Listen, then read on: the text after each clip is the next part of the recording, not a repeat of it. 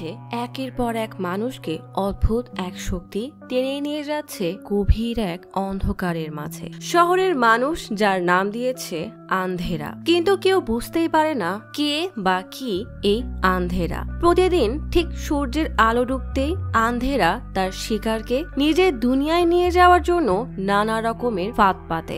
আন্ধেরার এই ভয়ানক রূপ দেখে মানুষ সহ্য করতে না পেরে নিজেকেই শেষ করে দেয়। তেমনই এক রাতে ছোট ভাই জয়ের চোখের সামনে তার বড় ভাইকে আন্ধেরা নিয়ে যেতে চায় তার দুনিয়ায়। অনেক কষ্টে জয় তার ভাইকে আন্ধেরার হাত থেকে রক্ষা করে। এই আন্ধেরার রহস্য শুধুমাত্র তার বড় ভাই পৃথ্বী জানত, কিন্তু সেই রাতের পর থেকেই পৃথ্বী কোমায় চলে যায়। জয় তার ভাইকে বাঁচাবে কি উল্টা জয়কে কোনো এক ভয়ঙ্কর আত্মা নিজের বশে নেওয়ার চেষ্টা করে, কিন্তু জয় নিজেও হার মানার পাত্র না। সে ঠিক করে যেভাবেই হোক এই রহস্যের সমাধান সে করেই ছাড়বে। আর এরপরেই বের হয়ে আসতে শুরু করে আন্ধেরার ভয়ানক এক সত্য। এমনই ভয়ানক এক কালো ছায়া, অসাধারণ সব টুইস্ট আর হরর মিস্ট্রিতে ভরা গা হিম করে দেওয়া গল্প নিয়ে আজ এক্সপ্লেন করব সম্প্রতি মুক্তিপ্রাপ্ত ওয়েব সিরিজ আন্ধেরা। অন্ধকার এক ছায়া ধীরে ধীরে গ্রাস করে নিচ্ছে একটা শহরের সব অলি গলি আর মানুষকে। ছোট একটা মেয়ে ভয়ে কালো বড় বড় মনি দিয়ে তাকিয়ে আছে, যেন সে সাহায্য চাচ্ছে। পৃথ্বী নামের একটা ছেলে সমুদ্র পাড়ে বসে বাণী নামের একটা মেয়েকে বলে চারিপাশে অন্ধকার ছেয়ে গিয়েছিল, না কোনো সাহস ছিল না কোনো আশা। তোমার মতো আমিও খুব ভয় পেয়ে গিয়েছিলাম। হঠাৎ একদিন সবকিছুর উত্তর পেয়ে যায়। এরপর না ছিল ভয়, না কোনো ব্যথা আর না ডিপ্রেশন। তুমিও তো আমার মতো স্বাধীন হতে চাও, তাই না? বাণীর চোখ থেকে টপ টপ করে পানি পড়তে থাকে। পৃথ্বী বলে চলো আমার সাথে, আমি তোমাকে সেই পথ দেখাবো।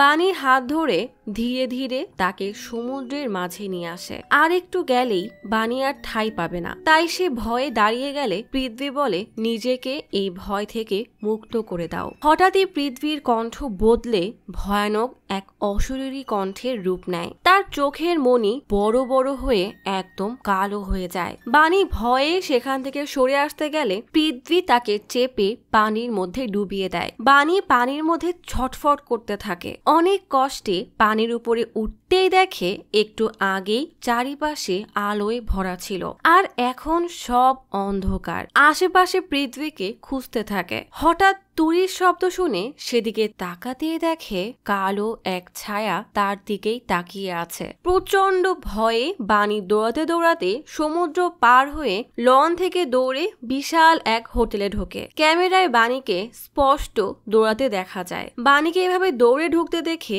রিসিপশনে থাকা কিছু মানুষ তার দিকে অবাক হয়ে তাকায়। বাণী ভয়ে লিফটের বাটন জোরে জোরে চাপতে থাকে। লিফট আসতে দেরি হবে বুঝে হাঁপাতে হাঁপাতে সিঁড়ি বেয়ে উপরে উঠতে থাকে। রিসিপশনের কেউ ঠিক বুঝতে পারে না যে বাণী এমন আচরণ কেন করছে। বাণী দৌড়ে 409 নাম্বার রুমের সামনে এসে দরজা খুলতেই যাবে, তখনই আবারও সেই তুরির শব্দ তার কানে আসে। সেদিকে তাকাতেই দেখে জায়গাটা কালো অন্ধকারে ছেয়ে যাচ্ছে। ভয়ে দ্রুত রুমে ঢুকে দরজা আটকে ঘরের আলো জ্বালায়। দরজায় তখনও কিসের যেন শব্দ হচ্ছে। ভয়ে কাঁপতে কাঁপতে ঘরের সব পর্দা টেনে দ্রুত ডক্টর পৃথ্বীকে কল দেয়, কিন্তু পৃথ্বীর ফোন বন্ধ। তাই হাঁপাতে হাঁপাতে ওয়াশরুমে এসে তোয়ালে দিয়ে মুখ চেপে কান্না করতে থাকে। তখনই বাণীকে তার বাবা কল দিলে বাণী নিজেকে কোনো রকমে সামলে স্বাভাবিক কণ্ঠে বলে, বাবা আমি কেবলই অফিসে এসেছি। অপর পাশ থেকে বাণীর বাবা হ্যালো হ্যালো করেই যাচ্ছে। নেটওয়ার্কের সমস্যা বুঝে বাণীও হ্যালো হ্যালো করতে থাকে। হঠাৎ তার বাবার কণ্ঠ বদলে ভয়ানক এক কণ্ঠ হয়ে যায়। বাবা রেগে বলে, অফিসের নাম করে তুই বাজে কাজ করে বেড়াচ্ছিস, পরিবারের মান সম্মান সব শেষ করে দিয়েছিস, একটু লজ্জা থাকলে গিয়ে মরে যা। বাবা তার সত্য জেনে গেছে বুঝে লজ্জায় তার হাত থেকে ফোনটা পড়ে যায়। সে অসহায়ের মতো কান্না করতে থাকে। ওপাশে বাবার কণ্ঠ এখন স্বাভাবিক হয়ে গেছে। বাবা ভয়ে ভয়ে জিজ্ঞেস করে, তুই ঠিক আছিস তো? বাণী কিছুই শুনতে পায় না। সে বুঝতেও পারে না আসলে এতক্ষণ তার বাবা না, বরং কালো সেই ছায়া তার সাথে কথা বলেছে। সাথে সাথেই বাণীর রুমের দেওয়ালে মাকড়সার জালের মতো কালো ছায়া ছড়াতে ছড়াতে পুরো রুম কালো হয়ে যায়। সেই কালো ছায়া ওয়াশরুমে এসে চারিপাশ ধীরে ধীরে গ্রাস করে নেয়। কালো একটা ছায়া ধীরে ধীরে বাণীর উপর পড়তেই বাণী ভয়ে কাঁপতে কাঁপতে বলতে থাকে, না প্লিজ। সাথে সাথেই কালো সেই ছায়া মাকড়সার জালের মতো বাণীর মুখে ছড়িয়ে পড়ে। বাণীর ভয়ানক এক আত্মচিৎকারে চারিপাশ কালো ছায়ায় ছেয়ে যায়। না জানি অন্ধকারের কি ভয়ানক খেলা এই শহরে শুরু হয়েছে। কেটে যায় একটা মাস। এসপি গোখলেকে ইন্সপেক্টর নায়ক বলে, কি সব ফালতু নিয়ম বানিয়েছে, মহিলা মিসিং এর কেসে মহিলা অফিসারের সাইন লাগবে। তখনই ইন্সপেক্টর কল্পনা আসলে এসপি বলে, বাণী নামের একটা মেয়ের মিসিং কেস এসেছে। নায়ক তার তদন্ত শেষ করে দিয়েছে, কিন্তু তার বাবা নাছোড়বান্দা। সে এখনো রোজ থানায় এসে বসে থাকে, এখনো মনে হয় বাইরেই বসা। তুমি গিয়ে তার সাথে কথা বলো আর নায়কের রিপোর্টে সাইন করো। আসলে মহিলা অফিসারের সাইন না হলে কেস ক্লোজ হবে না তো। তাই এসপি কে স্যালুট জানিয়ে কল্পনা ফাইলটা নিয়ে চলে যায়। জয় নামের এক ছেলে তার সাইকিয়াট্রিস্টকে বলে মেয়েটা জানালার পাশেই দাঁড়ানো ছিল, কিন্তু মেয়েটা নিজ ইচ্ছায় লাফ দেয়নি। মনে হচ্ছিল অদৃশ্য এক শক্তি মেয়েটাকে তার বশে নিয়ে জানালার বাইরে টেনে নিয়ে গেছে। একটা কালো জীবন্ত ছায়া, তবে সেটা কোনো মানুষের ছায়া না, বরং কোনো অশরীরী ছায়া। সেই ছায়া মেয়েটাকে টেনে নিয়ে যায় আর মেয়েটা মারা যায়। ডক্টরের যদিও তার কথা বিশ্বাস হচ্ছিল না, তবুও বলে, তুমি তোমার মতো বলে যাও। এদিকে বাণীর বাবা কল্পনাকে বলে, বাণী কখনোই আমার থেকে কিছু লুকায়নি, সে আমাকে না বলে কেন কোথাও চলে যাবে। কল্পনা বিরক্ত হয়ে বলে, কেন? সে তো আপনাকে এটাও জানায়নি যে সে কোনো কল সেন্টারে না, বরং বাজে কাজ করছিল। বাবা কান্না করতে করতে বলে, মানছি আমার মেয়ে বাজে কাজ করত, কিন্তু তাও সে তো আমারই মেয়ে ছিল। একটা সুষ্ঠু তদন্ত কি তার প্রাপ্য না? কল্পনা বলে, আপনি ভুল বুঝছেন। আসলে রিপোর্টে কোথাও লেখা নেই যে বাণীর গায়েব হওয়ার পেছনে কেউ জড়িত আছে। বাবা রেগে জিজ্ঞেস করে, তাহলে বাণী সেদিন ফোনের মধ্যে ওভাবে চিৎকার কেন করছিল? আমি কতবার হ্যালো হ্যালো বললাম, বাণী একটা উত্তরও দিল না। কল্পনা অবাক হয়ে বলে, কিন্তু রিপোর্টে তো এমন কিছুই লেখা নেই। বাবা বলে, আমি তো ইন্সপেক্টর নায়ককে স্পষ্ট সব বলেছিলাম। এদিকে জয়ের ডক্টর আজিজ জিজ্ঞেস করে, দুঃস্বপ্নে দেখা ওই মেয়েটাকে তুমি চেনো? জয় খুব ঘাবড়ে বলে, না। ডক্টর জিজ্ঞেস করে, তোমার কি মনে হয় এই দুঃস্বপ্নের সাথে তোমার অ্যাক্সিডেন্টের কোনো সম্পর্ক আছে? জয় এবার রেগে বলে, আপনি ঘুরে ফিরে আমার অ্যাক্সিডেন্টের কথা কেন বলেন? ডক্টর বলে, দেখো, ওই অ্যাক্সিডেন্টের পর থেকেই তুমি এইসব স্বপ্ন দেখা শুরু করেছো, তাই আমার মনে হয় ওই অ্যাক্সিডেন্টে আসলে কি হয়েছিল সেটা নিয়ে তোমার কথা বলা উচিত, তাহলেই তুমি এসব থেকে মুক্তি পাবে। জয় রেগে বলে, আমি আর আপনার কাছে কোনো সেশন করতে পারবো না, বলেই রেগে বের হয়ে যায়। থানায় কল্পনা বাণীর কেস ক্লোজের জন্য সাইন করতে গিয়েও থেমে যায়। বাণীর বাবার অসহায় চাহনি দেখতেই তার বিবেক তাকে এমন অনৈতিক কাজ করতে বাধা দেয়। সে আর সাইনটা করতে পারে না। জয় মায়ের সাথে খেতে বসেও মন খারাপ করে ফাঁকা চেয়ারের দিকে তাকিয়ে থাকে। মা জিজ্ঞেস করে, ডক্টর আজিজ আজ কি বলল? জয় রেগে বলে, আমি আর ওখানে যাব না। মা বলে, ডক্টরকে একবার সুযোগ তো দাও। জয় রেগে উঠে যেতে গেলে মা বলে, তুমি রোজ এমন খাবার কেন নষ্ট করো? জয় রেগে বলে, তুমি আজও পৃথ্বীর জন্য রুটি বানিয়েছো, বলেই রেগে উঠে চলে যায়। মা গুনে দেখে জয় ঠিকই বলেছে। ফটো ফ্রেমে মায়ের এক পাশে পৃথ্বী আর অপর পাশে জয় বসা, তার মানে পৃথ্বী আর জয় দুই ভাই। রাতে বাসার সামনে ময়লা ফেলতে আসলে জয় এক কুকুরকে পৃথ্বীর ভাগে রুটি খেতে দেয়। তখনই হঠাৎ অন্ধকারের মাঝ থেকে তুড়ির শব্দ আসতেই জয় অবাক হয়ে গ্যারেজের তাকাতেই দেখে তাদের গাড়ির কাভারটা উঠে আছে। গাড়ির ডান পাশের হেডলাইটটা ভাঙা। জয় প্রচুর ঘাবড়ে দ্রুত গিয়ে কাভার নামিয়ে সেখান থেকে চলে যায়। পরের দিন সকালে কল্পনা বাণীর সেই হোটেল রুম দেখতে আসে। রুমে তেমন সন্দেহজনক কিছু না পেয়ে করিডোরে আসতেই ক্যামেরা দেখে বলে, যেদিন বাণী মিসিং হয়েছে সেই রাতের আর তার আগের রাতের ফুটেজ দাও। ম্যানেজার বলে, আসলে সেদিন রাতে সার্ভার রুমে আগুন লেগে গিয়েছিল, কোনো ফুটেজ বাঁচিনি, আর আমরা তো ফায়ার ব্রিগেডকেও কল দিয়েছিলাম। নায়ক স্যারকে তো আমরা সব জানিয়েছি। কল্পনা রাজীবকে বলে, ফায়ার ব্রিগেডকে কল দিয়ে শোনো তো হোটেল থেকে কল গিয়েছিল কিনা। বলেই করিডোরের জানালার কাছে আসতেই লক্ষ্য করে কাজটা নতুন লাগানো। ম্যানেজার বলে, আসলে ফায়ার ব্রিগেড কাজ ভেঙেছিল তো তাই কল্পনার এবার সন্দেহ হয়, তাই রাজীবকে বলে সেদিন কারা কারা হোটেলে ছিল তাদের ডিটেলস বের করো, আর হোটেলের বাকি স্টাফদেরকে ডাকো, তাদের সাথেও কথা বলতে হবে। বাইরে তাকাতেই দেখে হোটেলের বাইরে একটা ক্যামেরা আছে।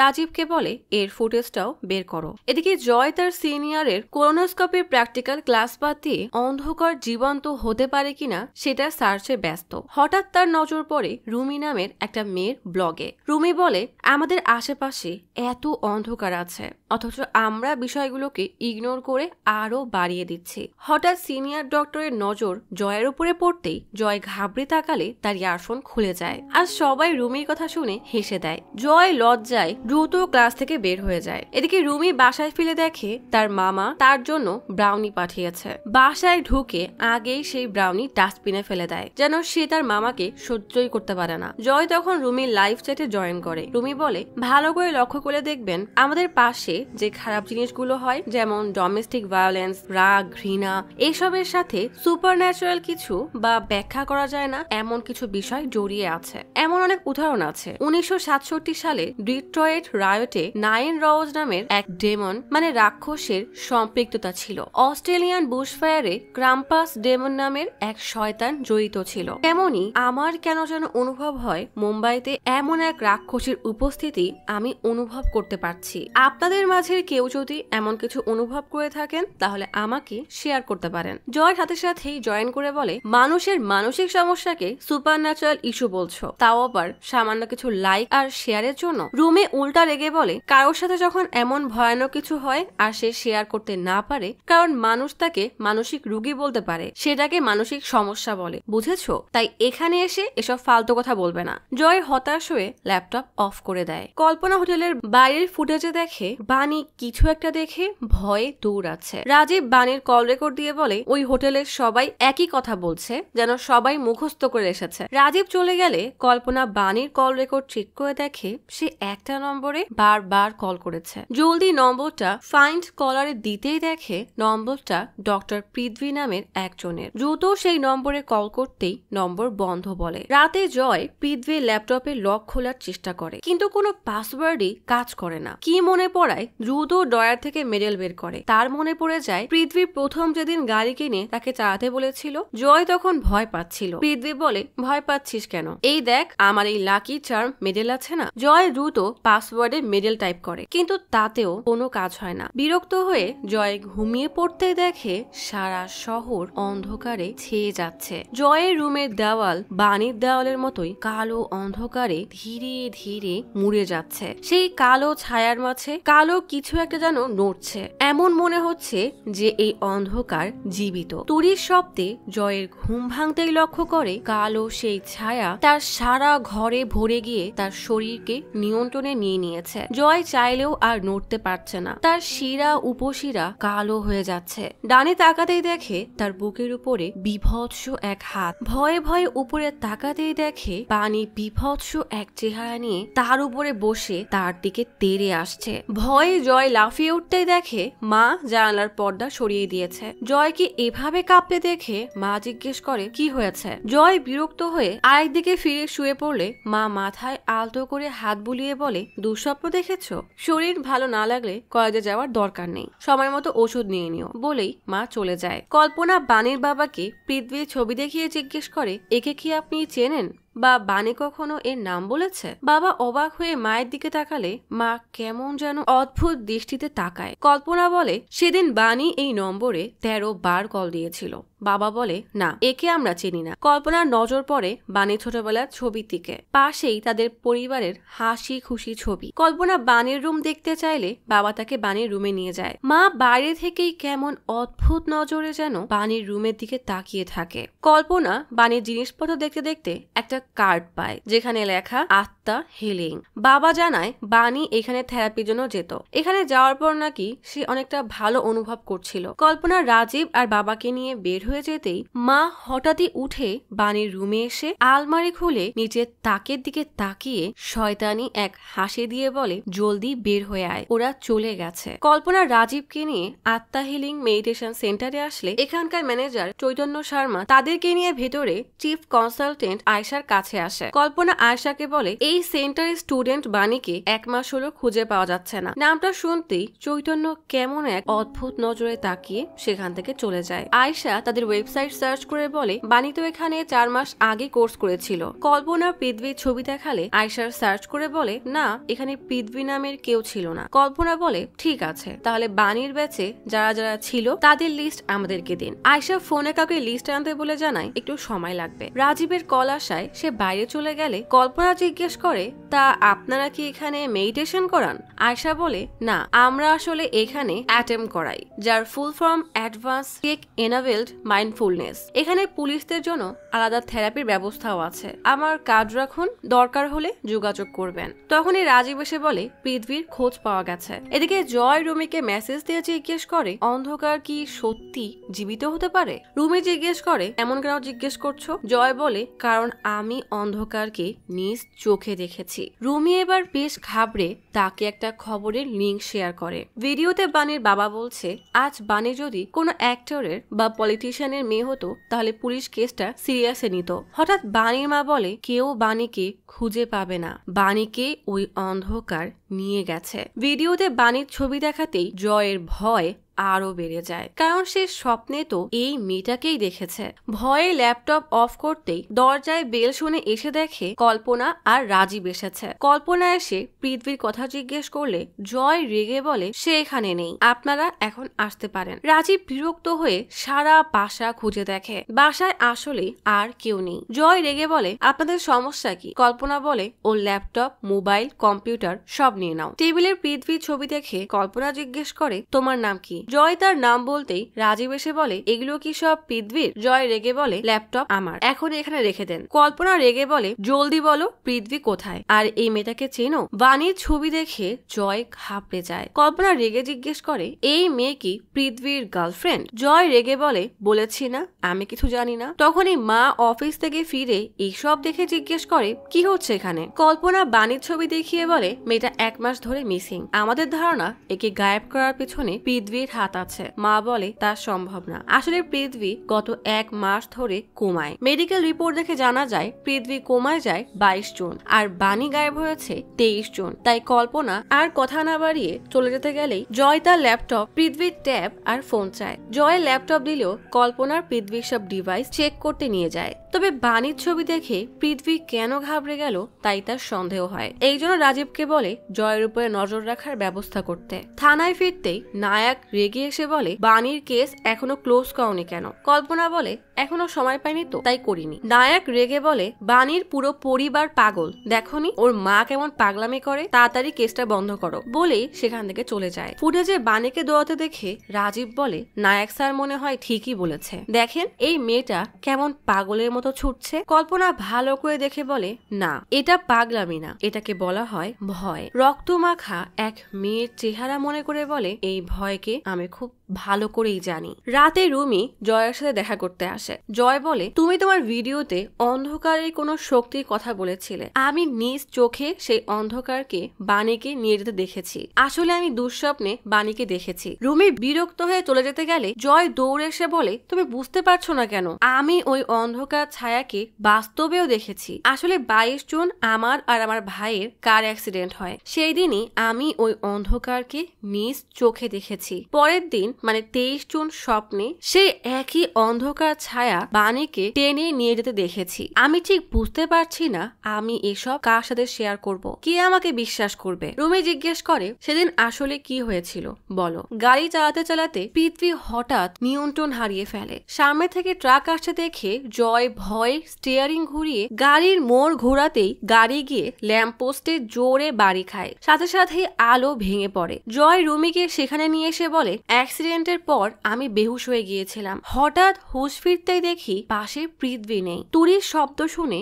বামে তাকাতেই দেখি কালো অদ্ভুত এক ধোঁয়া বেহুশ পৃথ্বীকে অদৃশ্য শক্তি বলে টেনে নিয়ে যাচ্ছে। অবিশ্বাস্য এই দৃশ্য দেখে জয় হতবাক হয়ে তাকায়। কালো সেই শক্তি পৃথ্বীকে শূন্যে তুলে নিতেই জয় দ্রুত গাড়ি থেকে বের হয়ে সেখানে গিয়ে দেখে পৃথ্বীর শরীর অস্বাভাবিকভাবে কাঁপছে। কালো সেই ছায়া পৃথ্বীকে টেনে নিয়ে গেলে ফেলে পৃথ্বী জোরে চিৎকার করতে থাকে। জয় দ্রুত 2 হাত দিয়ে পৃথ্বীর হাত ধরতেই কালো সেই ছায়া সাপের মতো তার হাত পেঁচিয়ে ধরে। জয় উপরে তাকাতেই দেখে বিভৎস দেখতে এক ছায়া পৃথ্বীর কাঁধে উঠে তার দিকে তার বিভৎস হাত বাড়িয়ে আছে। পৃথ্বীর মুখের শিরা উপশিরা কালো হয়ে গেছে। প্রচন্ড যন্ত্রণায় সে চিৎকার করছে। জয়ের আত্মা যেন শরীর থেকে বের হয়ে আসতে চাইছে। তার হাতের শিরা উপশিরাও ধীরে ধীরে কালো হয়ে যাচ্ছে। জয় ভয়ে জোরে চিৎকার করতে থাকে। পাশ থেকে ট্রাকের হেডলাইটের তীব্র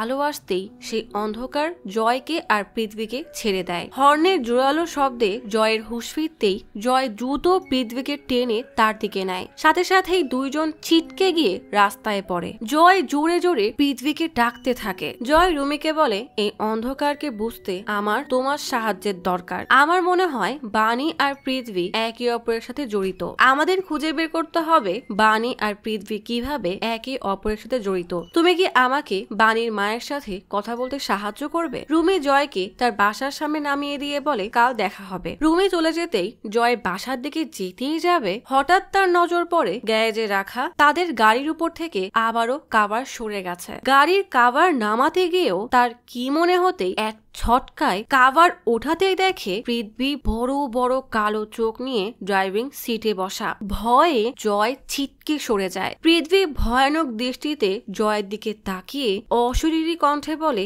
গাড়িতে বয়। জয় চোখের পলক ফেলতেই দেখে সে গাড়িতে বসে আছে। ভয়ে জয়ের দম বন্ধ হওয়ার উপক্রম। পৃথ্বী কালো বড় বড় চোখ করে বলে, তুই তো সব জানিস, বল তুই এসব কেন করলি? জয় ভয়ে কাঁপতে কাঁপতে বলে, আমি কিছুই করিনি। পৃথ্বী বলে, তুই পুরো দুনিয়া, এমনকি নিজেকে মিথ্যা বললেও অন্ধকার সব জানে বলে আচমকা গায়েব হয়ে যায়। জয় পৃথ্বী বলে চিৎকার করে তাকে খুঁজতে সামনে তাকাতেই দেখে কালো পলিথিন থেকে বিভৎস একটা হাত বেরিয়ে আসছে। আচমকা বানি তার বিভৎস চেহারা নিয়ে লাফিয়ে গাড়ির উপরে ওঠে। জোরে জোরে মাথা দিয়ে কাঁচে বাড়ি দিয়ে কাঁচ ভেঙে ভেতরে ঢুকতেই যাবে, ভয়ে জয় চোখের সামনে হাত দিয়ে ঢেকে দেয়। হাত সরাতেই দেখে সে রাস্তার উপরে বসা। পেছনের রোড লাইট আচমকাই ব্লাস্ট হয়ে যায়। ভয়ে জয় রীতিমতো কাঁপতে থাকে। একান্ত নামের এক শিশু আশ্রমে এক কেয়ারটেকার ছোট এক বাচ্চাকে মারতে মারতে বলে,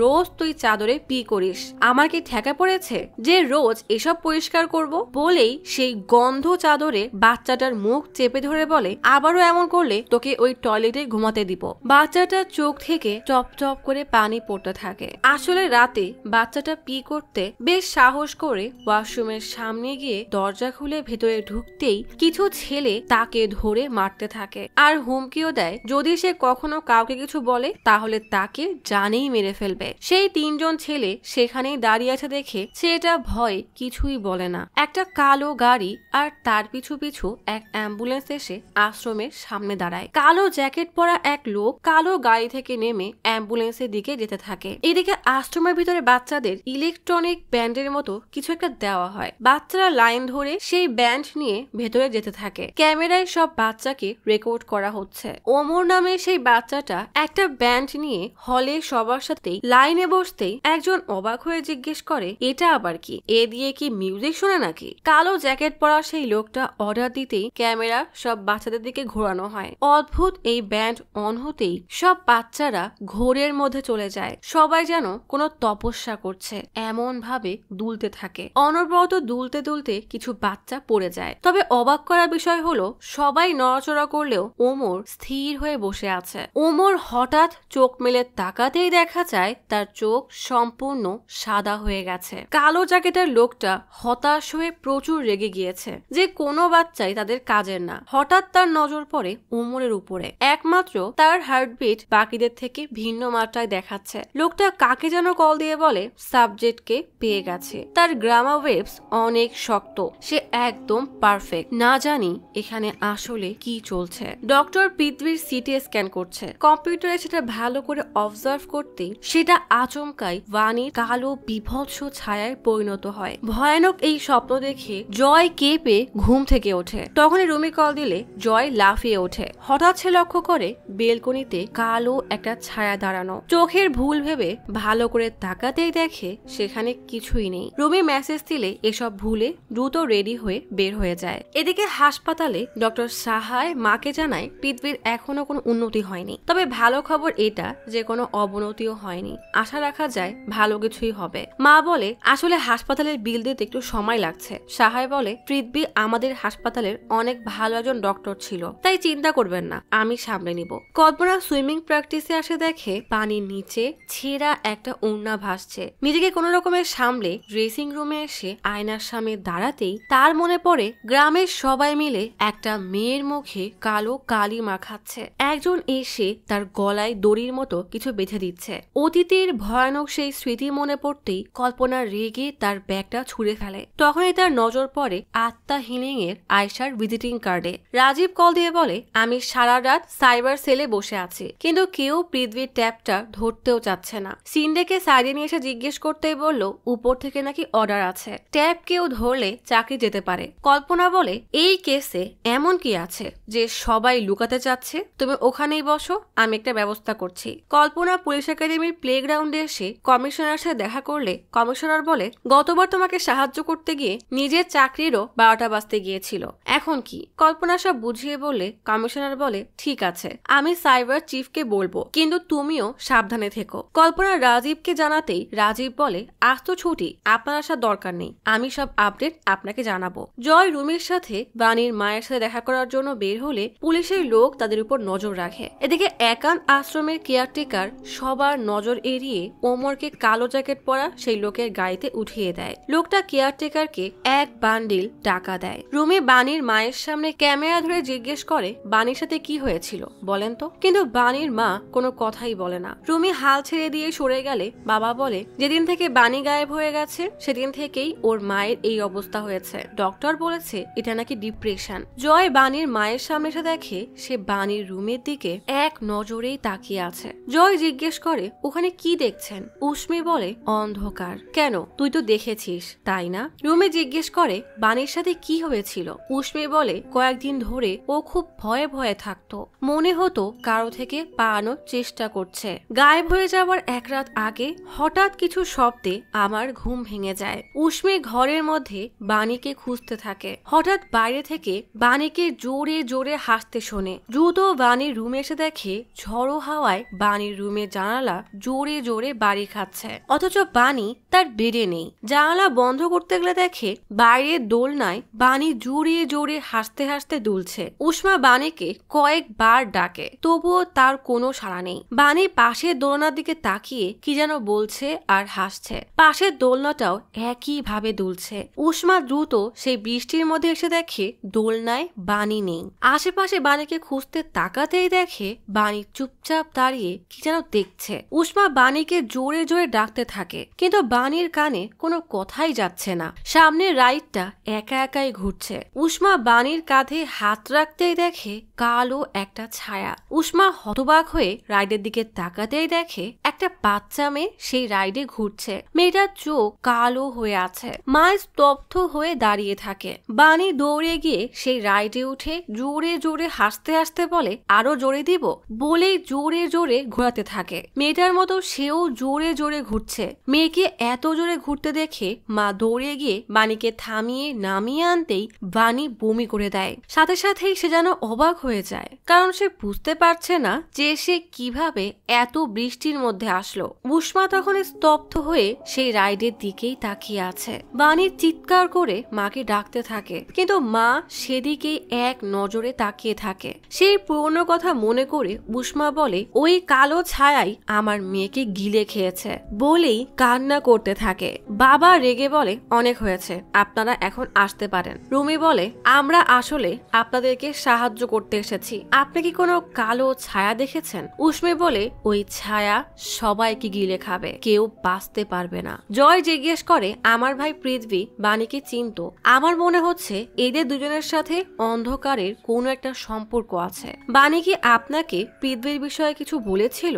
উষ্মি বলে, নিজেই বাণীকে জিজ্ঞেস করে নাও, সে তো তোমার পেছনেই দাঁড়িয়ে আছে। ভয়ে জয় ধীরে ধীরে পেছনে তাকাতেই একটা বাচ্চার ছায়া দৌড়ে ঘরের মধ্যে চলে যায়। জয় ভয়ে চমকে ওঠে। উষ্মি হাসতে হাসতে বলে, তোমাকে দেখে পালাচ্ছে, যাও যাও, ওকে নিজেই গিয়েই জিজ্ঞেস করো। বাবা এসে বলে, ওষুধের সময় হয়ে গেছে, ও এখন অসুস্থ তো তাই এমন উল্টাপাল্টা বলেই উষ্মিকে নিয়ে যায়। জয় ভয়ে ভয়ে সেই রুমের দরজায় আসতেই একটা বাচ্চা মেয়ের হাসির শব্দ শুনে ভরকে ওঠে। রুমিকে জিজ্ঞেস করে, তুমি কিছু শুনেছ? রুমি বলে, না, তবে আমার এই ঘোস্ট মিটার শুনতে পারবে। জয় ধীরে ধীরে বাণীর রুমের দরজা ধাক্কা দিতেই বাচ্চা এক মেয়ের ছায়া সরে যায়। জয় ভয়ে আটকে উঠে রুমিকে জিজ্ঞেস করে, তুমি কিছু দেখেছো? রুমি বলে, না। রুমি দৌড়ে তার ক্যামেরা আনতে যায়। জয় বাণীর রুমে ঢুকতেই আলমারি থেকে ভয়ানক এক গোঙানির শব্দ শুনতে পায়। বিষয়টাকে পাত্তা না দিয়ে এগোতেই রুমির গোস্ট সাউন্ড রেকর্ডার বলতে থাকে, ইভিপি ডিটেক্ট করা হয়েছে। আলমারির ভেতরের শব্দটা আরো তীব্র হতে থাকে। জয় জোরে টান দিয়ে আলমারির দরজা খুলতেই দেখে সেখানে কিছুই নেই।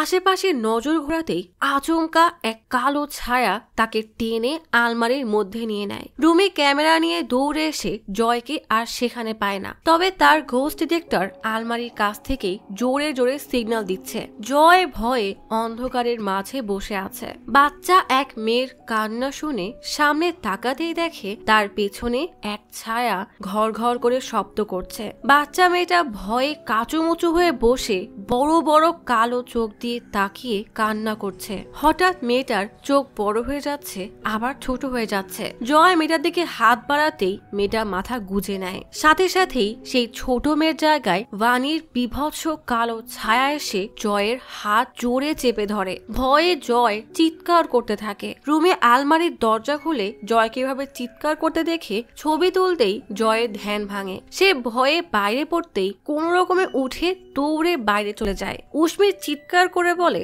অন্ধকার থেকে কখনোই পালাতে পারবে না, ওই কালো ছায়া কাউকে ছাড়বে না, বলেই হাসতে থাকে। জয় হাঁপাতে হাঁপাতে বাইরে আসলে রুমি জিজ্ঞেস করে, কি হয়েছে? জয় আশেপাশে যেখানে ছায়া দেখছে তার ভয় করছে, তাই রুমিকে বলে, আমাকে এখান থেকে নিয়ে চলো, আমার দম বন্ধ হয়ে আসছে। রুমি তাকে কোন রকমের টেনে বাইরে এনে অটোতে করে চলে যায়। তাদের পিছু পিছু পুলিশের লোকটাও যায়। উষ্মি তখন বিছানায় শুয়ে ঘুম পাড়ানির গান গাচ্ছে, এমন ভাবে হাত বোলাচ্ছে যেন কেউ সেখানে শোয়া, অথচ সেখানে কাউকেই দেখা যায় না।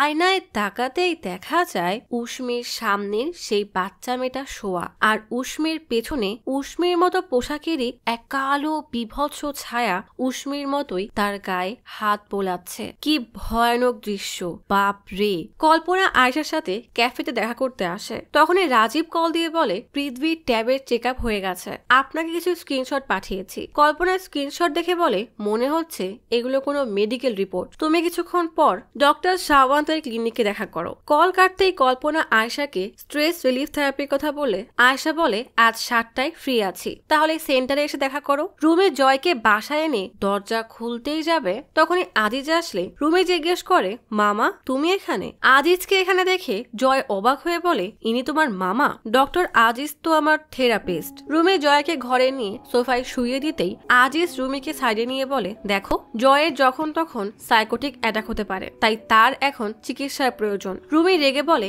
হ্যাঁ, প্রথমে কিছু ওষুধ দিবে, এরপর ওষুধ কাজ করা বন্ধ করে দিলে তাকে পাগল বলে পাগলা গারদে ভরে দিবে। আজিজ বলে, তোমার মায়ের সিচুয়েশন আলাদা ছিল, তুমি তখন অনেক ছোট ছিলে। রুমি রেগে বলে, আমি এখন আর ছোট নেই, তাই আমাকে আমার মতো থাকতে দাও, বলেই রেগে চলে যায়। আজিজ মন খারাপ করে দেখে রুমি তার দেওয়া ব্রাউনি ফেলে দিয়েছে। ডক্টর সাওয়ান্ত কাজ করতে দেখে কল্পনা রাজীবকে বলে, জয় বাণীর বাসায় গিয়েছে, তার মানে কিছু একটা গন্ডগোল তো আছে, কাল বাণীর বাসায় গিয়ে দেখতে হবে যে কি হয়েছে। তখনই সাওয়ান্ত আসতেই কল্পনা জিজ্ঞেস করে, মেডিকেল রিপোর্ট গুলো দেখে কি বুঝলেন? সাওয়ান্ত বলে, এগুলো কোনো ক্লিনিক্যাল ট্রায়ালের ডোজের চার্ট, এটা কিসের ট্রায়াল তা বলা যাচ্ছে না, তবে এখানে যে মেডিসিন ব্যবহার করা হচ্ছে সেটা শিডিউল এইচ ড্রাগস, আর এই শিডিউল এইচ ড্রাগস হলো এমন ওষুধ যা প্রেসক্রিপশন ছাড়া কেনা সম্ভব না, আর এই কেটা C13Z নামের ড্রাগটা ব্যান করা হয়েছে। এই ওষুধ দিয়ে হিপনোটিজম করা হয়, তার মানে এই ওষুধ রোগীকে দিলে তুমি রোগীকে যা বলবে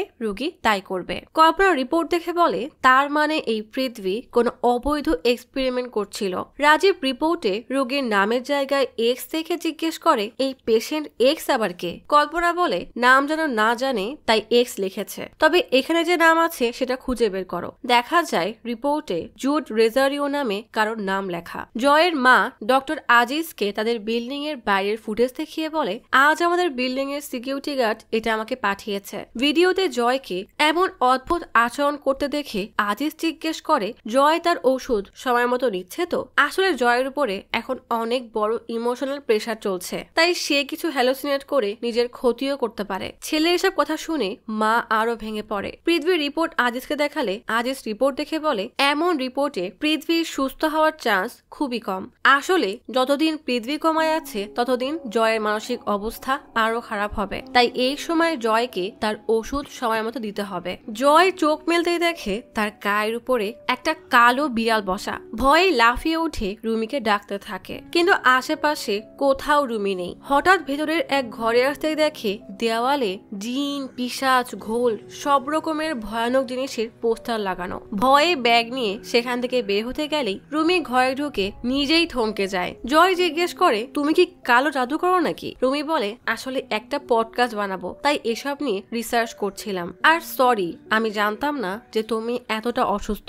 সন্ধ্যা হতেই কল্পনা আত্মা হিলিং সেন্টারে আসে দেখা যায় কালো জ্যাকেট পরা সেই লোকটা বের হয়ে যাচ্ছে। আয়শাকে রিসিপশনে দেখে কল্পনা তার কাছে যেতেই চৈতন্য তাকে ডেকে নিয়ে যায়। কল্পনা ওয়েটিং এরিয়াতে বসতেই দেখে ওমর গালে হাত দিয়ে মন খারাপ করে বসে আছে। চৈতন্য আয়শাকে বলে বাচ্চাটা অনেক ভয়ে আছে, আসলে ওকে ওই আশ্রমে অনেক টর্চার করা হতো তাই ওকে ছাড়িয়ে এখানে আনা হয়েছে। যতদিন না ওর অ্যাডাপশন হয় ততদিন ও এখানেই থাকবে। আয়শা ওমরের কাছে এসে বলে ওই যে আন্টি আছে না, উনি তোমার খেয়াল রাখবে, তোমার যা লাগবে ওনাকে বললেই হবে। ওমর লক্ষ্মী বাচ্চার মতো মাথা নাড়ায়। ডিনার করার সময় রুমি লক্ষ্য করে জয়ের হাতে কালো লম্বা লম্বা দাগ। জয় নিজেও বেশ অবাক হয়ে বলে হয়তো বানি যখন আমাকে ধরেছিল তখন হয়েছে। আমার মনে হচ্ছিল ওই কালো অন্ধকার আমাকে তার দিকে টেনে নিতে চাচ্ছিল। জয় হঠাৎ থেমে বলে আমার মনে হচ্ছে আমি পাগল হয়ে যাচ্ছি, এসব কি আদেও হয় নাকি? রুমি বুঝিয়ে বলে এসব আছে বলেই তুমি অনুভব করেছো,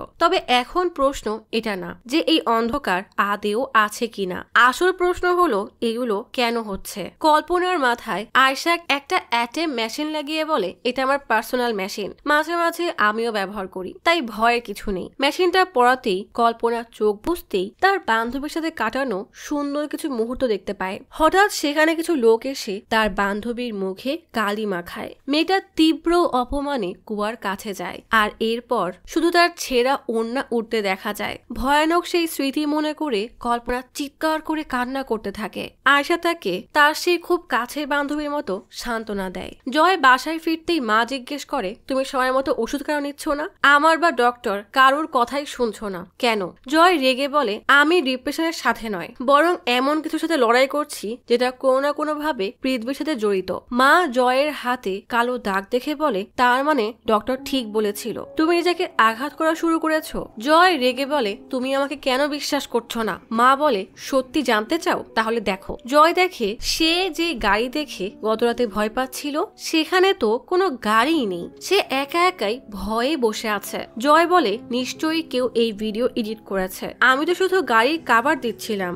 মা বলে কিসের গাড়ি? অ্যাক্সিডেন্টের পর তো আমাদের গাড়ি বাসায় আসেইনি। এই কথা শুনে জয়ের পায়ের নিচ থেকে মাটি সরে যাওয়ার মতো অবস্থা হয়। মা বলে তুমি আসলে হ্যালোসিনেট করেছো, কারণ তুমি সময় মতো ওষুধ নিচ্ছ না। গ্যারেজে এসে জয় হতভম্ব হয়ে গ্যারেজের সামনে দাঁড়ায়। তার কানে সবার কথা বাজতে থাকে। সে মায়ের কথা বিশ্বাস করবে না রুমির কথা, নাকি বানির মায়ের কথা?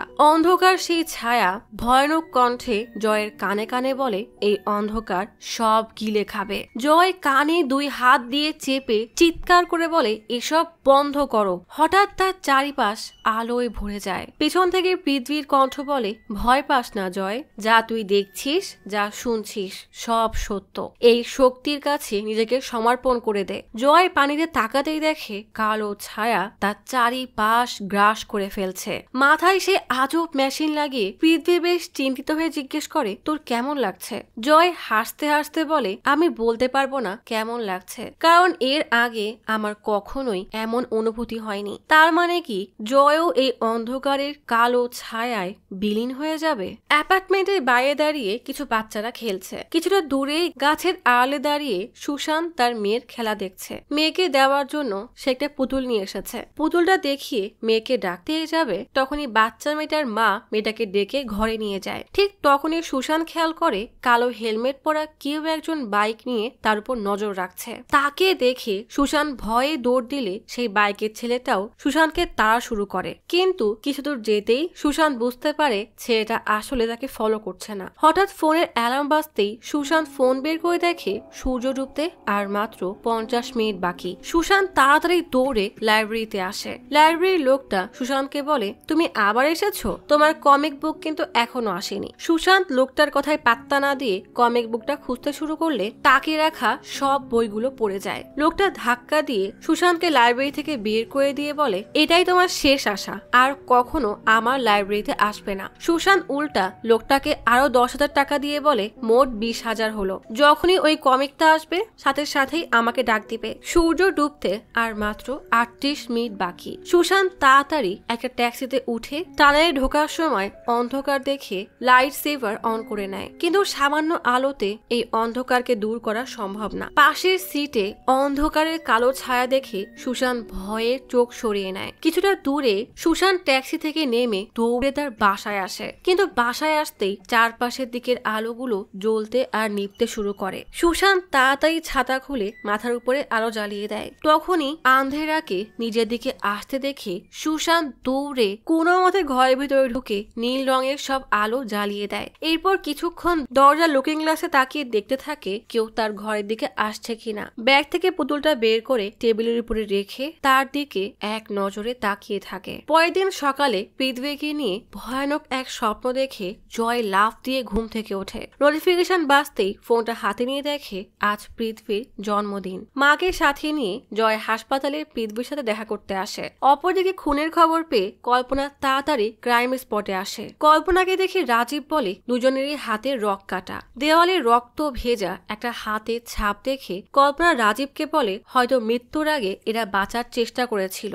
গতকাল রাতে কি হয়েছে কল্পনা সেগুলো ভাবার চেষ্টা করে। আসলে গতকাল রাতে হঠাৎ বাণীর মা সুস্মি রান্নাঘর থেকে ভয়ঙ্কর ভাবে বের হয়ে আসে। রান্নাঘর থেকে একটা শব্দ শুনতে পেয়ে বাণীর বাবা রান্নাঘরের সামনে এসে দেখে উস্মি কেমন মাতাল অবস্থায় হাঁটছে। উস্মির হাতে একটা চাকু আর জামায় রক্তের দাগ। বাণীর বাবা চাকুটা হাতে দিয়ে ধরে উস্মিকে থামানোর চেষ্টা করে, কিন্তু উস্মি তাকে ধাক্কা দিয়ে ফেলে দেয়। এরপর চাকু দিয়ে হাত কেটে নিজেকে শেষ করে ফেলে। উস্মির বাণীর বাবাকে বলে, কেউ বাঁচবে না, আন্ধেরা সবাইকে খেয়ে ফেলবে। কল্পনা রাজীবকে বলে, বাণীর মা না হয় অসুস্থ ছিল, কিন্তু তার বাবা তো সুস্থ ছিল, সে কেন নিজেকে শেষ করলো? উস্মি মারা যাওয়ার পর হঠাৎ পুরো ঘরের আলো বন্ধ হয়ে যায়। তখনই দরজার বাইরে থেকে বাচ্চা একটা মেয়ে মাথা বের করে চাকুর দিকে ইশারা করে। মেয়েটার ইশারায় বাণীর বাবা চাকু নিয়ে নিজেকে শেষ করে দেয়। রাজীব কল্পনাকে বলে, হয়তো মেয়েকে ফিরে পাওয়ার আশা তারা ছেড়েই দিয়েছে, তাই সে নিজেকে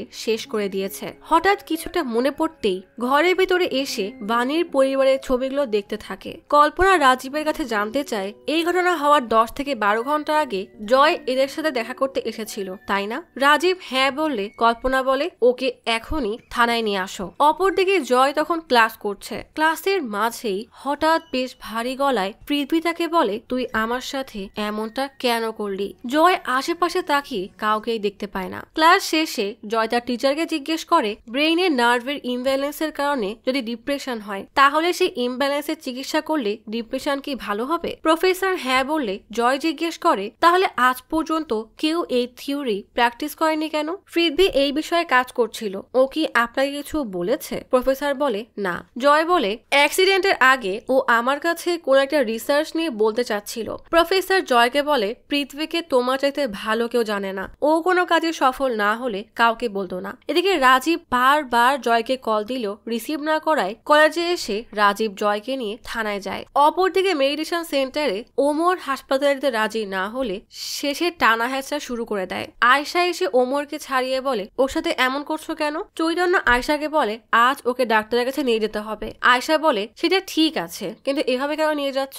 আমি ওর সাথে কথা বলছি, তোমরা বাইরে অপেক্ষা করো। আয়শা ওমর ওমরকে বুঝিয়ে বলে তোমাকে ওরা কোথাও নিয়ে যাচ্ছে না, ডক্টরের সাথে দেখা করে তোমাকে আবার এখানে নিয়ে আসবে, তাই ভয় পাওয়ার কোনো দরকার নেই। অপরদিকে আজ বিখ্যাত কমিক লেখক কানিশ গুপ্তার কালিয়া তার নাইট অফ ডেমন নামের একটা কমিক বুক রিলিজ হয়েছে। সেই অনুষ্ঠানে সুশান্ত এসেছে। নতুন কমিক রিলিজে সবাই খুশি হলেও সুশান্ত কানিশ গুপ্তাকে বলে আমি এখানে সাতিয়া দ্য ওয়ারিয়র মঙ্ক ওই কমিকের বইয়ের জন্য এসেছি। কানিশ গুপ্তা সুশান্তকে বলে তাহলে তুমি সেই লোক যে আমাকে বারবার ওই কমিকের জন্য ফোন আর মেসেজ করছো। সুশান্ত কানিশ গুপ্তাকে বলে যত টাকা লাগে আমি আপনাকে দিব, দয়া করে ওই কমিকের একটা কপি আমাকে দিন। সুশান্তের এমন পাগলামি দেখে গার্ডরা তাকে সেখান থেকে বের করে দেয়। অপরদিকে জয়কে থানায় নিয়ে কল্পনা জিজ্ঞেস করে বাণীর কল লিস্টে পৃথ্বীর নম্বরটা অনেকবার পাওয়া গেছে। এরপরই বাণী গায়েব হয়ে যায়। গতকাল তুমি বাণীর বাবা মায়ের সাথে দেখা করতে গেলে 10 থেকে 12 ঘন্টা পর তারাও মারা গেল। হয়তো তোমরা দুই ভাই অপয়া, নয়তো তোমরা আমার থেকে কিছু না কিছু অবশ্যই লুকাচ্ছ। রুমে কল্পনাকে বাণীর মায়ের ভিডিও দেখায়, যেখানে বাণীর মা বলছে ওই আন্ধেরা আমার মেয়েটাকে খেয়ে ফেলেছে। ভিডিও দেখে কল্পনা রাজীবকে বলে কালো জাদু করার অপরাধে এদের দুজনকে অ্যারেস্ট করো। জয় কল্পনাকে বলে এটা কোনো কালো জাদু বা অন্ধবিশ্বাস না, সত্যি সুপার ন্যাচারাল কোনো শক্তি এই কাজগুলো করছে। আমি আপনাদেরকে কিভাবে বোঝাবো যে আন্ধেরা অর্থাৎ অন্ধকার জীবিত হয়ে গেছে।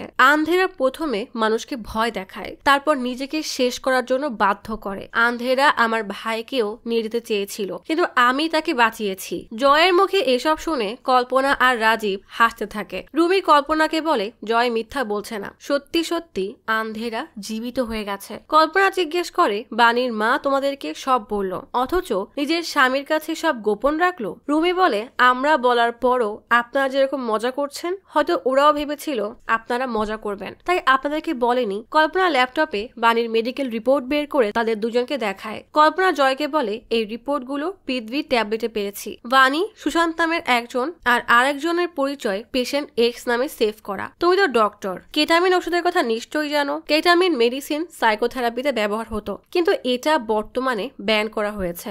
এই বাজেয়াপ্ত মেডিসিন নিয়ে তোমার ভাই ওদেরকে সাহায্য করছিল নাকি ওদের উপরে কোনো এক্সপেরিমেন্ট করছিল? জয় বলে এটা ডিপ্রেশনের এমন চিকিৎসা যেটা রোগীর ক্ষতি করে না, আর আপনারা যে পেশেন্ট এক্স এর কথা বলছেন সেটা আসলে আমি নিজেই। অনেক অ্যাডভান্স একটা ল্যাব আছে যেখানে একটা মেশিন আছে। পৃথ্বী বলতো ওই মেশিনটা ডিপ্রেশন দূর করতে পারে। ওর মনে হতো ওই মেশিন দিয়ে ট্রিটমেন্ট দিলে আমিও ভালো হয়ে যাব। ওর কাছে আমার ট্রিটমেন্ট করার পারমিশন ছিল না, তাই আমাকে পেশেন্ট এক্স এর নাম দিয়ে এক্সপেরিমেন্ট শুরু করে। কিন্তু আমি ছাড়াও যে ওর আরো পেশেন্ট ছিল সেটা আমি জানতাম না। ওই ল্যাবের লোকেশনটা কোথায় সেটা আমি জানি না, কারণ গাড়ির ডিকিতে করে আমাকে লুকিয়ে নিয়ে যেত।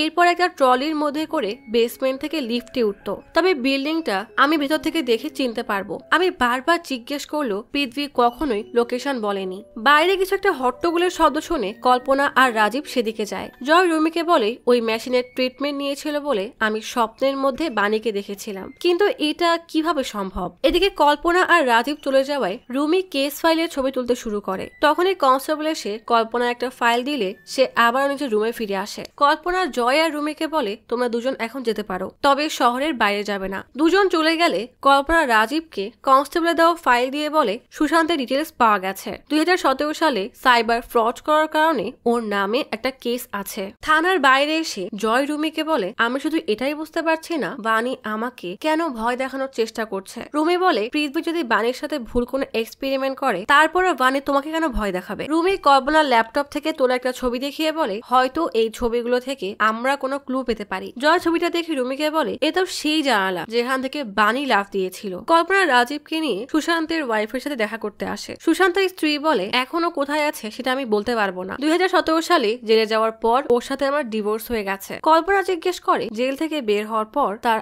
আচার আচরণ কেমন ছিল। সুশান্তের স্ত্রী বলে এখন প্রতিটা অফিসারের কাছে তো আমি আলাদা আলাদা হবে আমার লাইফ স্টোরি শেয়ার করতে পারবো না। এমন কথা শুনে কল্পনা অবাক হয়ে জিজ্ঞেস করে আর কোন অফিসার এসেছিল। সুশান্তের বাসা থেকে বের হয়ে কল্পনা রাজীবকে বলে ইন্সপেক্টর নায়ক সুশান্তকে খুঁজছে কেন। এর মানে সুশান্ত আর বাণীর যে এই কেসের সাথে একটা কানেকশন আছে সেটা নায়ক আগে থেকেই জানতো। রাতে ওমর আয়েশাকে বলে ডক্টর আঙ্কেল আমাকে বড় একটা চেয়ারে বসিয়েছিল। চেয়ারের আশেপাশে অনেকগুলো আলো জ্বলছিল। মাথায় কিছু একটা দিতেই আমি একটা বাগানে চলে যাই। ওমরের কথা শুনে মনে হচ্ছে হয়তো সে পৃথ্বী সেই এক্সপেরিমেন্ট চেয়ারের কথাই বলছে। এদিকে একজন কনস্টেবল রাজীবকে কল করে জানায় বাণী যে হোটেলে মারা মারা গেছে, জয় আর রুমি 408 নম্বর রুমটা বুক করেছে। এই রুমটাতেই বাণী ছিল। রুমি ব্যাগ থেকে আত্মা ডিটেক্ট করার বেশ কিছু মেশিন বের করে জয়কে বলে মানুষ যেখানে মারা যায় মৃত্যুর পরও তার আত্মা কিছুক্ষণ সেখানে ঘোরাঘুরি করে। একটা এভিপি রেকর্ডার আর স্পিড বক্স বের করে রুমি ক্যামেরাটা অন করে দেয়। এরপর খাটের পাশে বসে রুমি বলে বাণী, তুমি যদি এখানে থাকো তাহলে কিছু একটা করে বোঝাও যে তুমি আমাদের সাথে কথা বলতে চাচ্ছ।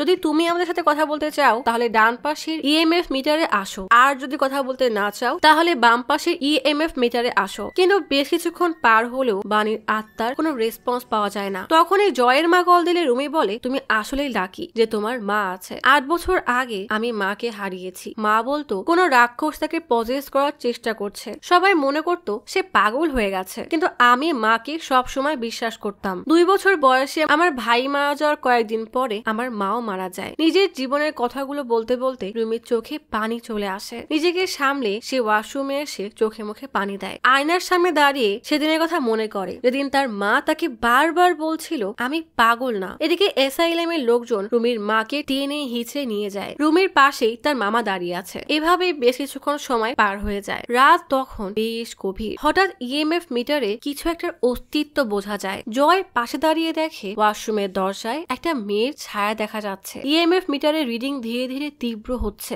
জয় সাহস নিয়ে ওয়াশরুমের দরজায় নক করে রুমিকে ডাকতে থাকে। দরজার সরাতেই ভয়ঙ্কর ভাবে বাণী ঘাড় ঘুরিয়ে জয়ের দিকে তাকায়। বাণী ভয়ঙ্কর ভাবে চিৎকার করতেই জয় ভয়ে দূরে ছিটকে পড়তে তার ধাক্কায় ক্যামেরা পড়ে যায়। অপরদিকে ঠিক একই সময় দেখা যায় সুশান্তের উপরও কিছু একটা ভর করেছে। বাণী বাতাসে ভাসতে ভাসতে ওয়াশরুম থেকে বের হয়ে রুমের দরজার দিকে মুখ করে দাঁড়ায়। জয় সাহস করে উঠে দাঁড়াতেই বাণীর সামনের করিডোরের দিকে যেতে শুরু করে। যাবার আগে জয়ের দিকে একবার মুখ তুলে তাকায়, মানে সে বোঝাতে চাচ্ছে জয় যেন তাকে ফলো করে। জয় সেখান থেকে সরে গেলে আয়নায় দেখা যায় জয়ের উপরে আন্ধেরা ভর করেছে। জয় বাণীর পিছনে যেতেই আয়নার মাঝ থেকে ধীরে ধীরে আন্ধেরা বের হয়ে আসে। এদিকে জয় রুম থেকে বের হয়ে করিডোরে দিয়ে সামনে তাকিয়ে দেখে বাণী বাতাসে ভাসতে ভাসতে জানালার দিকে যাচ্ছে। জানালার চারপাশটা আন্ধেরার কালো ছায়ায় ঢেকে গেছে। বাণী জয়ের দিকে ফিরে তাকাতেই পেছন থেকে আন্ধেরা তাকে জড়িয়ে ধরে টেনে জানালার বাইরে নিয়ে যায়। তখনই জয় বুঝতে পারে তার পেছনে কিছু একটা দাঁড়িয়ে আছে। জয় ভয়ে ভয়ে পেছনে তাকায়। ততক্ষণে কল্পনা আর রাজীব হোটেলে আসলে কনস্টেবল তাওরে বলে ওরা 408 নম্বর রুমে আছে। এদিকে রুমের ভেতরে যে এত কিছু হয়ে গেছে রুমি তার কিছুই জানে না। ওয়াশরুমের ট্যাপ বন্ধ করতেই সে ইএমএফ মিটারের রিডিং শুনতে পায়। তাড়াতাড়ি বাইরে এসে দেখে জয় ঘরে নেই, আর ডান পাশের ইএমএফ মিটারটা সিগন্যাল দিচ্ছে, মানে বাণীর আত্মা কথা বলতে চায়। তখনই কল্পনা আর রাজীব রুমে এসে জিজ্ঞেস করে তোমাদেরকে বলেছিলাম এসব থেকে দূরে থাকবে। কল্পনা জয়ের কথা জিজ্ঞেস করতেই রুমি মিটারের রিডিং ফলো করতে করতে বাইরের দিকে যাওয়ার সময় বলে আমিও জয়কেই খুঁজছি। রুমি করিডোরে আসতেই মিটারের সিগন্যাল আরো বাড়তে শুরু করে। রুমি তাড়াতাড়ি জানালার পাশে এসে দেখে জয় হোটেলের নিচে বাগানে হাঁটছে। রুমি জয়কে ডাক দিতেই জয় থমকে দাঁড়ায়। কিছুটা দূরে পৃথ্বীকে হাঁটতে দেখে জয় চিৎকার করে তাকে ডাক দেয়। জয়ের পাশেই বাণীর আত্মা ছটফট করছে। জয় বাণীর দিকে এগিয়ে যেতেই হঠাৎ অন্ধকারের মাঝ থেকে কিছু একটা এসে বাণীর পা ধরে টেনে নিয়ে যায়। ঠিক তখনই দূর থেকে পৃথ্বী জয়কে ডাক দিলে জয় সেদিকে চলে যায়। কল্পনা আর বাকি সবাই জয়কে এভাবে হাঁটতে দেখে তাড়াতাড়ি হোটেল থেকে নেমে আসে। এদিকে জয় মন্ত্রমুগ্ধের মতো একভাবে পৃথ্বীর দিকে হেঁটেই যাচ্ছে। কিছুটা দূরে এসে রাস্তার পাশে জয় থমকে দাঁড়ায়। অপর পাশে একটা গাড়ি দাঁড়িয়ে আছে, যেটা দেখে জয়ের সেদিনের অ্যাক্সিডেন্টের কথা মনে পড়ে যায়। পাশেই পৃথ্বীকে দেখে জয় তার দিকে হেঁটে যায়। এদিকে এই ভ্রমের মধ্যে জয় যে ব্যস্ত রাস্তা পার হচ্ছে সেটা সে বুঝতেই পারে না। হঠাৎ সেই কালো ছায়াটা জয়ের দিকে মুখ ফিরে তাকাতেই জয় বাস্তবে ফিরে আসে। জয় স্বাভাবিক হতেই কালো ছায়াটা জয়ের ডান হাত ধরে টানতে টানতে অন্ধকারের মধ্যে নিয়ে যেতে শুরু করে। অপরদিকে সুশান্ত নিজের কল্পনায় এই দৃশ্যগুলো দেখছে আর ছটফট করছে। জয় আবারও ছায়ার সাথে হাঁটতে শুরু করে। তার দিকে বড় একটা বাস ছুটে আসতে দেখে কল্পনা দূরে এসে জয়কে ধাক্কা দেয়। কিন্তু তখনই কল্পনা বুঝতে পারে জয়ের মাঝ থেকে একটা অদৃশ্য শক্তি আলাদা হয়ে গেল। জয় স্বাভাবিক হতেই সুশান্ত স্বাভাবিক হয়ে যায়। কল্পনা জয়কে বাসার সামনে নামিয়ে দিলে জয় মায়ের সাথে কোনো কথা না বলেই বাসার দিকে চলে যায়। জয়ের মা ঘরে যেতেই রুমি কল্পনাকে জিজ্ঞেস করে, যখন আপনি জয়কে ধাক্কা দিয়েছিলেন তখন কোনো কিছুর অস্তিত্ব অনুভব করেছেন? কল্পনা এই কথার উত্তর না দিয়ে রুমিকে বলে বাণীর কেস থেকে দূরে থাকবে। রুমি কল্পনাকে বলে, আপনি এখনো বুঝতে পারছেন না, জয় বাণীকে খুঁজছে না, উল্টা বাণী আর আন্ধেরা জয়কে খুঁজছে। এদিকে সুশান্ত কম্পিউটারে বসে জয়ের সব বিস্তারিত বের করে। সুশান্ত বুঝতে পারে জয় আর পৃথ্বী দুই ভাই। রাতে ঘুমানোর সময় জয় আজ ঘটে যাওয়া দৃশ্যগুলো বারবার মনে করতে থাকে। তখনই জয়ের ফোনে একটা নোটিফিকেশন আসে। ফোনটা হাতে নিতেই জয়ের ল্যাপটপ নিজে নিজেই অন হয়ে যায়। ল্যাপটপের ভেতর থেকে ভারী একটা কণ্ঠ জয়কে বলে, কি হয়েছে, ঘুমাতে পারছো না? জয় তাড়াতাড়ি ল্যাপটপ বন্ধ করে দিলে সেই ভয়ঙ্কর কণ্ঠটা ফোনের মাঝ থেকে বলে, আন্ধেরা তোমাকে ঘুমাতে দিবে না, সে সব সময় তোমাকে দেখছে। আন্ধেরা, বাণী, পৃথ্বী আর ওই মেশিন, এই সব কিছু সম্পর্কে আমি জানি। তুমি যদি আমার সম্পর্কে জানতে চাও তাহলে কাল সকাল 10টায় রেডি থাকবে। এদিকে রুমি আজ রেকর্ড করা ভয়েস গুলো অ্যানালাইসিস করে বুঝতে পারে কেউ একজন বারবার আত্মা বলে চিৎকার করছে।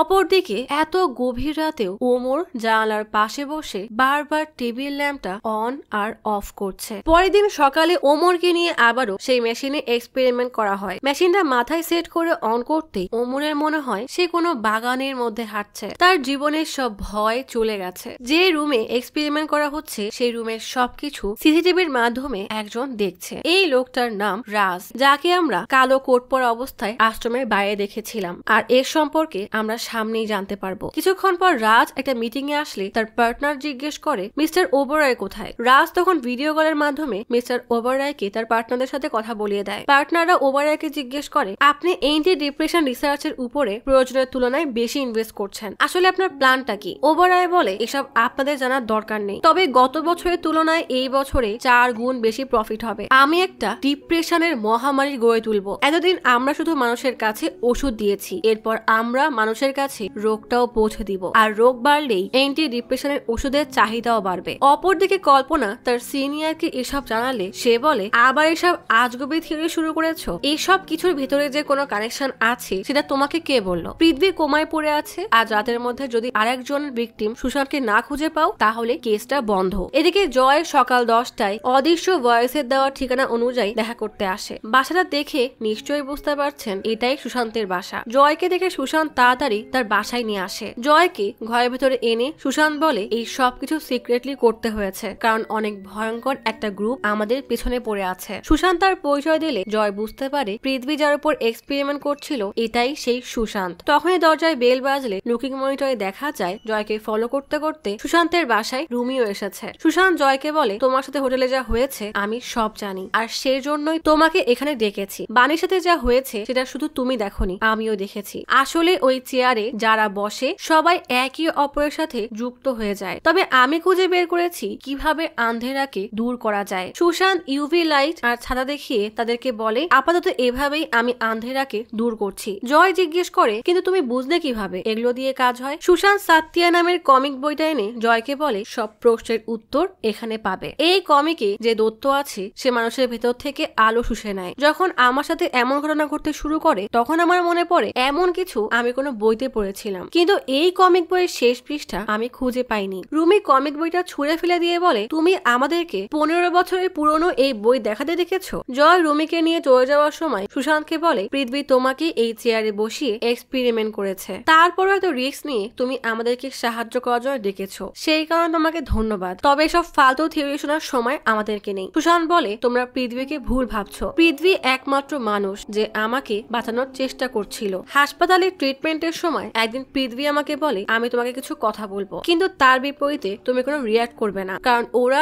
আমাদের উপরে সব সময় নজর রাখছে। পৃথ্বী সুশান্তকে বলে, মনে করার চেষ্টা করো ট্রিটমেন্ট শুরু হওয়ার পর থেকে তোমার কখনো হ্যালুসিনেশন হয়েছে? সুশান্ত বলে, হ্যাঁ হয়েছে, কিন্তু আপনি কিভাবে জানলেন? পৃথ্বী বলে, যারা ওই মেশিনে বসেছে তাদের সবার সাথেই হ্যালুসিনেশন হয়, কেন হয় তা আমি জানি না, তবে সেটা খুঁজে বের করার চেষ্টা করছি। যত তাড়াতাড়ি সম্ভব এই ট্রিটমেন্ট বন্ধ করে চলে যাও। কিন্তু সুশান্ত এসব বোঝার চেষ্টা না করেই বলে ট্রিটমেন্ট বন্ধ করলে আমাকে আবারও জেলে পাঠিয়ে দিবে। সুশান্ত পৃথ্বীর কথা না শুনেই চেয়ারে বসে ট্রিটমেন্ট শুরু করে। অপরদিকে জয়ের মা হাসপাতালে গিয়ে ইনফর্মড রিফিউজাল ফর্ম জমা দেয়, মানে পৃথ্বীর উপর থেকে লাইফ সাপোর্ট সরিয়ে নেওয়ার আবেদন। ডক্টর পৃথ্বীর মাকে বলে লাইফ সাপোর্ট সরিয়ে নিলে পৃথ্বী মারা যাবে। পৃথ্বীর মা বলে এক ছেলেকে বাঁচাতে গিয়ে আমি আরেকজনকে মারতে পারি না। যতদিন পৃথ্বী কোমায় থাকবে জয় এই ঘটনায় নিজেকেই দায়ী মনে করে আরো ভেঙে পড়বে। এদিকে সুশান্ত জয়কে জানায় আত্মা হিলিং অ্যাসোসিয়েশনের মাধ্যমে সে ট্রিটমেন্ট নিতে শুরু করেছিল। একদিন ওরা যে লেকটা সেমিনারের জন্য এসেছিল সেখানে ওরা আমাকে এই ট্রিটমেন্টের অফার দেয়। তবে আবার মনে হয় এই কমিকের শেষ পৃষ্ঠা পেলে আমরা কোনো সলিউশন পেয়ে যাব। রুমি কমিক বইয়ের কথা শুনে আবারও টিটকারি শুরু করলে সুশান্ত রাগ করে দুজনকে বাসা থেকে বের করে দেয়। সেখান থেকে বের হয়ে রুমির সেদিন হোটেল রুমে রেকর্ড করা অডিও প্লে করে জয়কে শোনায়। অডিওতে স্পষ্টভাবেই বোঝা যাচ্ছে কেউ আত্মা আত্মা বলে চিৎকার করছে। আর কিছুক্ষণ আগেই সুশান্ত আত্মা হিলিং নামের একটা সংস্থার কথা বলছিল। আমার মনে হচ্ছে বাণী তোকে ভয় দেখাচ্ছে না, বরং সাহায্য করছে। ওই সংস্থার কাছে কি এমন মেশিন আছে যার কারণে এসব হচ্ছে। অপরদিকে কল্পনা আর রাজীব তাদের সিনিয়রকে বলে তারা সুশান্তের ঠিকানা খুঁজে পেয়েছে। জেলের ভিতরে সুশান্তের সাথে অন্য একটা লোক ছিল। সুশান্ত 1 মাস আগে কল করেছিল। সুশান্ত একটা বাসায় লুকিয়ে আছে, কোনো এক কালো ছায়া নাকি তাকে তাড়া করছে। আজ 12:30টার সময় সেন্ট্রাল স্টেশনের পাশে ও আমাদের সাথে দেখা করতে আসবে। রাজীব আর কল্পনা চলে গেলে তাদের সিনিয়র নায়ক বলে ওই লোকটাকে ওরা কিভাবে খুঁজে বের করলো, কোনো ঝামেলা হওয়ার আগে তাড়াতাড়ি এসব মিটিয়ে ফেলো। সেদিন রাত 12:30টার সময় স্টেশনের পাশে গিয়ে রাজীব আর কল্পনা দূর থেকে নজর রাখছে, তাদের সাথে আসলে কেউ দেখা করতে আসবে না। নায়ককে ফাঁদে ফেলতে ওরা আজ সকালে সিনিয়র অফিসারকে মিথ্যা বলেছিল। রাজীব রাস্তার এক গাছের আড়ালে আর কল্পনা পাশের এক বিল্ডিং এর দোতলায় দাঁড়িয়ে নায়কের আসার অপেক্ষা করছে। হঠাৎ সে বিল্ডিং এর ভিতর থেকে অদ্ভুত একটা শব্দ ভেসে আসে। কল্পনা ধীরে ধীরে সেদিকে এগিয়ে যায়। বিল্ডিং এর ভিতরে বেশ কিছু চটের বস্তা ঝুলিয়ে রাখা। সেসব সরিয়ে কল্পনা সামনের দিকে এগিয়ে যায়। তাকে দেখে মনে হচ্ছে কেউ তাকে এর মধ্যেই বশ করে ফেলেছে। সামনে এগিয়ে যেতেই কল্পনা কুয়ার মতো কিছু একটা দেখতে পায়, যেটা দেখে তার ছোটবেলার ভয়ানক এক স্মৃতির কথা মনে পড়ে যায়। কল্পনা কুয়ার মাঝে তাকাতেই কালো পানির মাঝখান থেকে তার সেই বান্ধবী ভয়ানক ভাবে হামাগুড়ি দিয়ে তার দিকে আসতে থাকে। একদম কল্পনার কাছাকাছি এসে মেয়েটা ভয়ঙ্কর ভাবে তাকাতেই দেখা যায় সেটা আসলে বাণী। সাথে সাথেই কল্পনা কিছুটা পেছনে সরে যায়। তখনই দেখা যায় তার সামনে আসলে কোনো কুয়া নেই। হাঁটতে হাঁটতে সে একদম জানালার পাশে চলে এসেছে। এদিকে রাজ গাড়ি নিয়ে স্টেশনের পাশে আসে। তার হাতে একটা ইনজেকশন, সেটা রেডি করে সে মনে মনে সুশান্তকে বলে তাহলে আবারও আমাদের মাঝে ফিরে আসলে। একটা বাইনোকুলার দিয়ে আশেপাশে চেক করার সময় কল্পনা আর রাজীবকে দেখে বুঝতে পারে তার জন্য ফাঁদ পাতা হয়েছে। রাজ তাড়াতাড়ি সেখান থেকে পালাতে শুরু করে। কল্পনার চোখে পড়ে কেউ একজন তাকে দেখে পালিয়ে যাচ্ছে। রাজ পালাতে গিয়ে কিছুটা সামনে আসতে দেখে কল্পনা বন্দুক হাতে দাঁড়িয়ে আছে, কিন্তু রাজ সুযোগ বুঝে কল্পনার হাত থেকে বন্দুক ফেলে দিয়ে তার উপরে অ্যাটাক করে। দুজনের মাঝে বেশ কিছুক্ষণ হাতাহাতি হয়। এরই মাঝে রাজ তার কাছে থাকা ইয়ো দড়ি দিয়ে কল্পনার গলা চেপে ধরে। কল্পনা কোনো মতে রাজের মুখ থেকে মুখোশটা সরিয়ে নিতেই রাজ বেশ ঘাবড়ে যায়। সুযোগ বুঝে কল্পনার ঘাড়ে সেই ইঞ্জেকশন দিতে গেলেই সেখানে রাজীব এসে তাকে ধাক্কা মারে। রাজীবকে দেখে রাজ সেখান থেকে দৌড়ে পালায়। পরের দিন সকালে কল্পনা এসপি কে রাজের স্কেচ আর ইঞ্জেকশনের ছবি দেখিয়ে বলে এই লোকটাই গতকাল আমার উপর হামলা করে। সেখানে পাওয়া ইঞ্জেকশনটা আমি ফরেন্সিকের জন্য পাঠিয়ে দিয়েছি। বাণী মারা যাবার রাতে বাণী ভয়ে হোটেলে যাবার ঠিক 15 মিনিট পরে সিসিটিভি ক্যামেরায় এই লোকটাকে দেখা গিয়েছিল। আর আমার মনে হয় এই লোকটাই সুশান্তকে মেরে ফেলেছে। কিছুক্ষণ পর রাজীব ইঞ্জেকশনের ফরেন্সিক রিপোর্ট এনে কল্পনাকে দেখিয়ে বলে এটা সেই বাজেয়াপ্ত মেডিসিন যেটা পৃথ্বীর ট্যাবলেটে পাওয়া গিয়েছিল। অপরদিকে রুমি আর জয় আত্মা হিলিং সেন্টারে আসে। রুমি জয়কে বলে তুই যেখানে পা দিতে চাচ্ছিস তার পরিণাম অনেক ভয়ানক। জয় বলে এসব নিয়ে এখন ভাবার সময় নাই, এছাড়া পৃথ্বীর সাথে যা হয়েছে তার জন্য আমি দায়ী। রুমি বলে সেদিনের অ্যাক্সিডেন্টের জন্য তুমি সবসময় নিজেকে দায়ী করো কেন? কিন্তু জয় এ কথার কোনো উত্তর দেয় না। কল্পনা আর রাজীব জানতে পারে এই ড্রাগটা সুইডেন থেকে ইম্পোর্ট করা হয়েছে। উবার লাইফ ফার্মা কোম্পানি এই ড্রাগটা ইম্পোর্ট করে। আত্মা হিলিং সেন্টারে এসে জয় রুমিকে বলে পৃথ্বী আমাকে যেখানে নিয়ে আসতো এটা সেই জায়গা না। জয় ফ্রি ক্লাসের জন্য ক্লাসরুমে গেলে রুমি আত্মা হিলিং এর বিল্ডিংটা ঘুরে ঘুরে দেখতে থাকে। জয় ক্লাসে হেয়ার ব্যান্ডের মতো জিনিসটা দেখে বুঝতে পারে পৃথ্বী তাকে মেশিনে বসিয়ে এই জিনিসটাই মাথায় দিত। নন্দিনী নামের ক্লাস টিচার এগিয়ে এসে জয়ের মাথায় সেটা পরিয়ে দিয়ে বলে এর নাম atom, advance tech enable mindfulness. Nandini সবার মাথায় ডিভাইসটা লাগিয়ে সেটা অন করে দেয়। রুমি আত্মা হিলিং এর বিল্ডিং এর ভেতরে আশেপাশে কোনো ক্লু পাওয়া যায় কিনা তা খোঁজার চেষ্টা করছে। সে একটা রুমের ভিতরে ঢুকতে গেলেই চৈতন্য এসে বলে,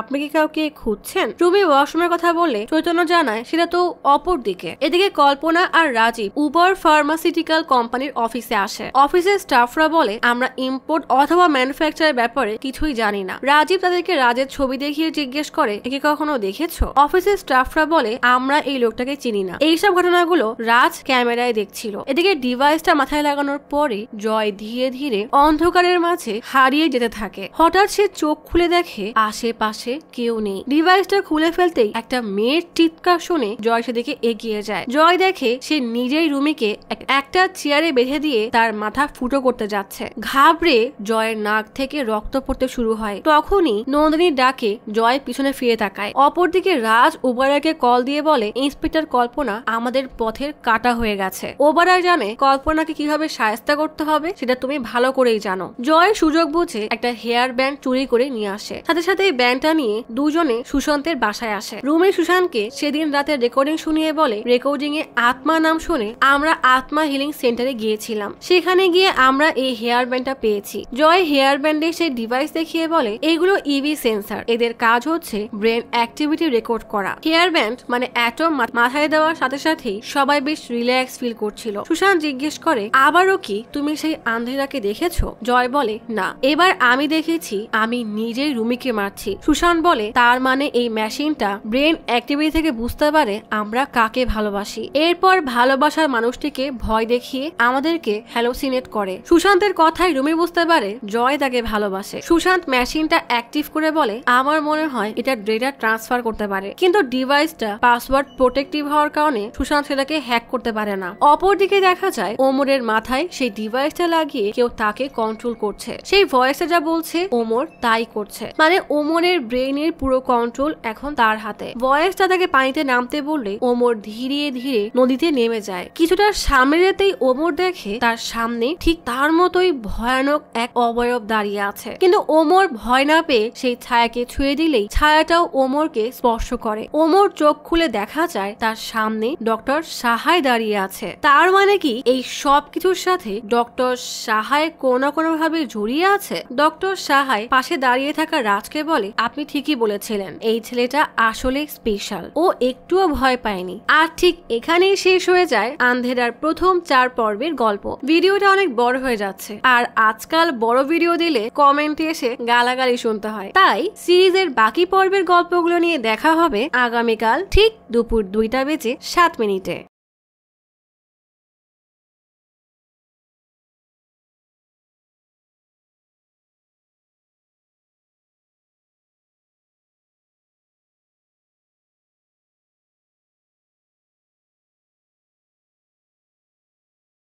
আজ তাহলে এখানেই চলে যাচ্ছি। শীঘ্রই ফিরবো নতুন অথবা পুরাতন ইউনিক কোনো মুভির গল্প নিয়ে। ফিরে আসা পর্যন্ত লাইক, কমেন্ট এবং সাবস্ক্রাইব করে অচিরার গল্পসপের সাথেই থাকুন। পাশে থাকা বেল আইকনটি ক্লিক করে রাখুন। দেখা হবে পরের ভিডিওতে।